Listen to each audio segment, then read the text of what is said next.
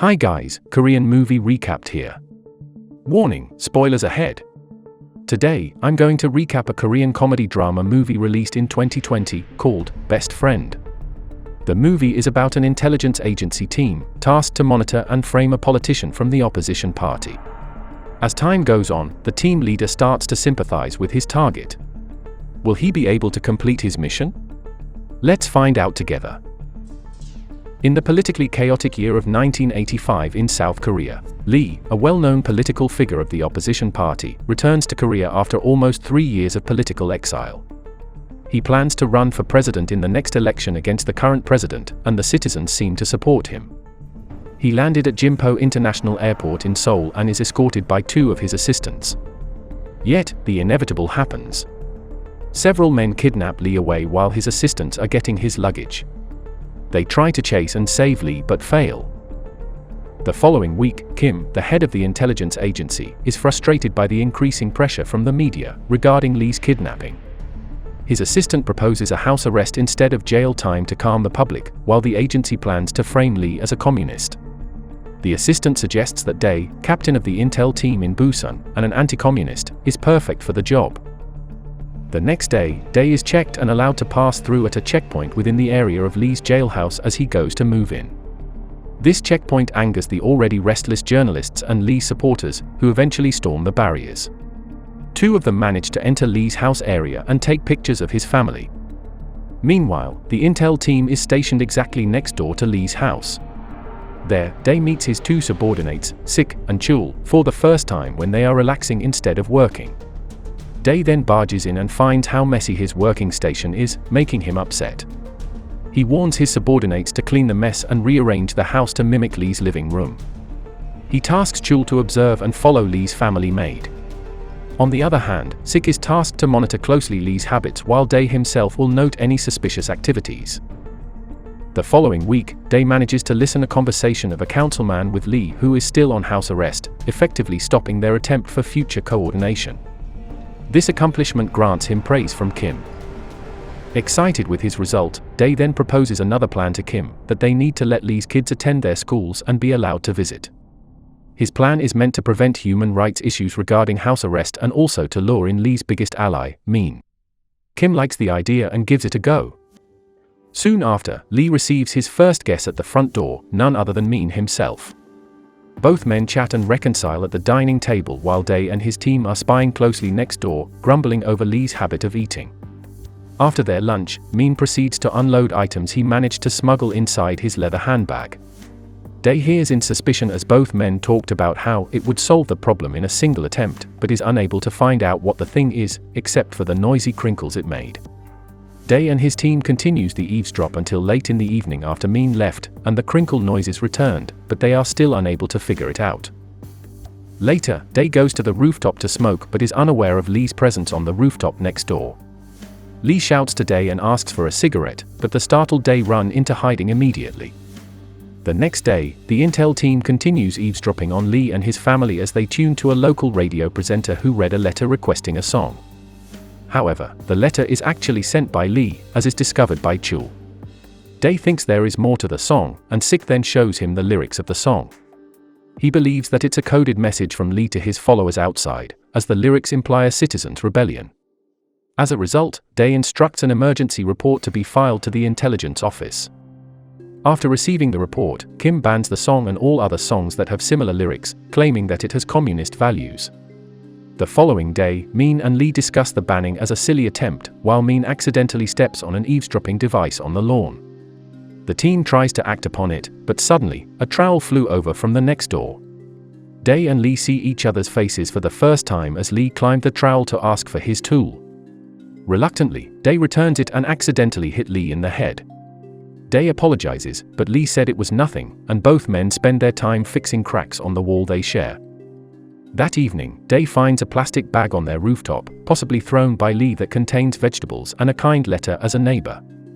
After a hilarious debate between the team members about possible poisoning, they eat it anyway. After dinner, they hear a series of coughs on the speakers and finally notice that carbon monoxide poisoning was endangering Lee's family.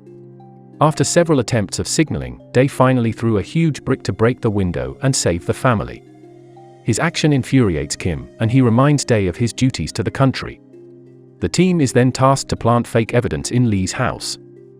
The next morning, Lee's son accidentally enters the wiretapping room as his sister delivers rice cookies to the team.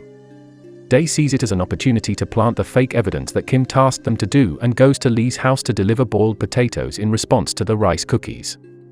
Dae and the seemingly suspicious Lee talk in the living room as Dae tries to see an opening to plant the fake evidence.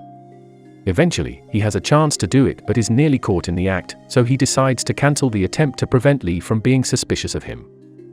Later, Dae convinces Lee to take his son to visit the public bath.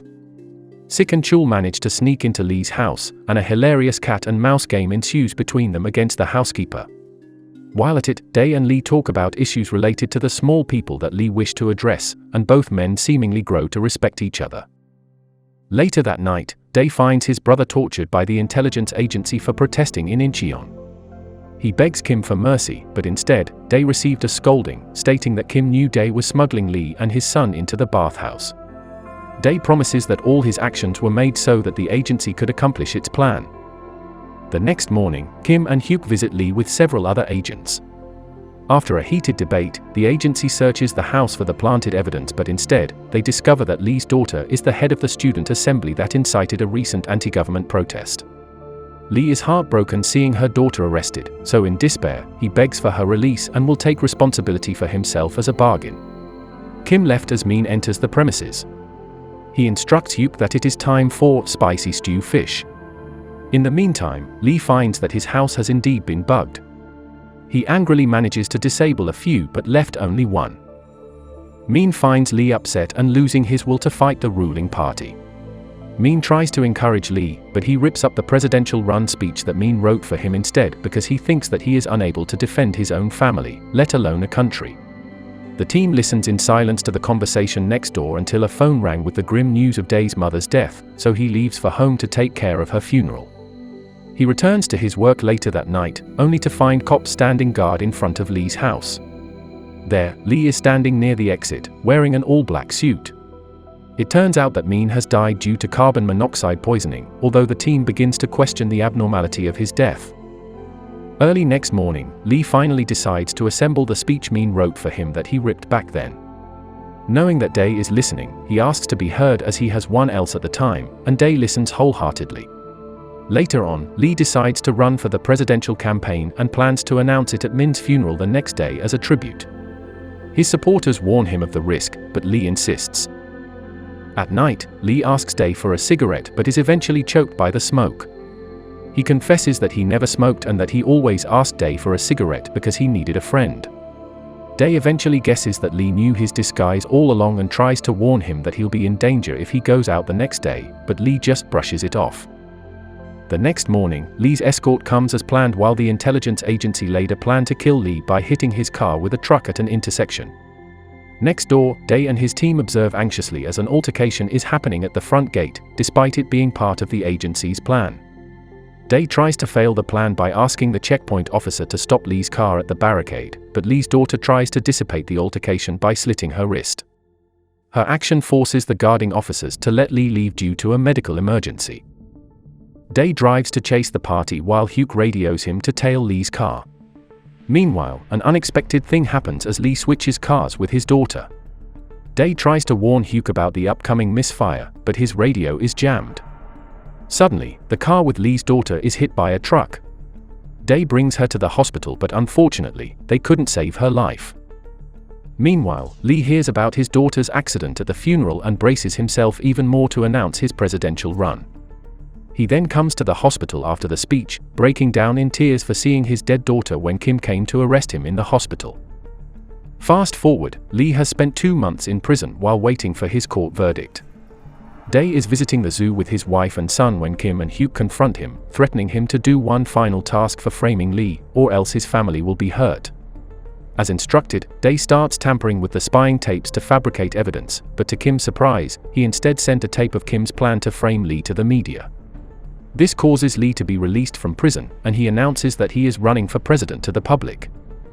Meanwhile, Dae, who is in hiding, hears the news that the agency tries to say the tapes are a hoax.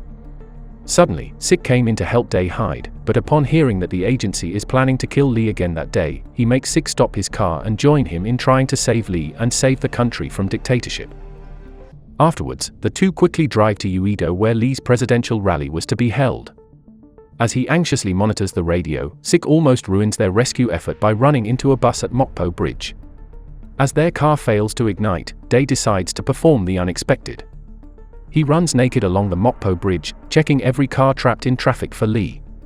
More people take notice of this act, and Day plays along with the lunatic at loose game by stopping abundant cars from the opposite direction, in the hope of creating obstacles and stopping the oncoming killer truck. On the bridge, Day finally locates Lee's car, but he is unable to recognize Day's face behind the paper bag he used as cover. Desperately, Day hits the side window glass as the killer truck comes closer. Sik manages to ignite his van and attempts to drive onto the truck but missed. Hyuk, who drove the killer truck himself this time, manages to drive between obstacles and rams his truck headfirst into Lee's car. But just before, Day manages to pull Lee away and throw themselves onto the road. Lee finally recognizes his neighbor, and Day learns the crinkle sound from a long time ago is from a plastic bag that Lee used for feet medication. The movie closes with Day and his wife preparing their soon-opening public bathhouse. His son is eating, while on TV, an inauguration is being held for Lee as the new president. A knock is heard on the door, and to everyone's surprise, it is the president himself. Lee comes to fulfill his promise, to have a meal with Day. Sometimes humanity and sympathy could easily be disregarded when it comes to politics.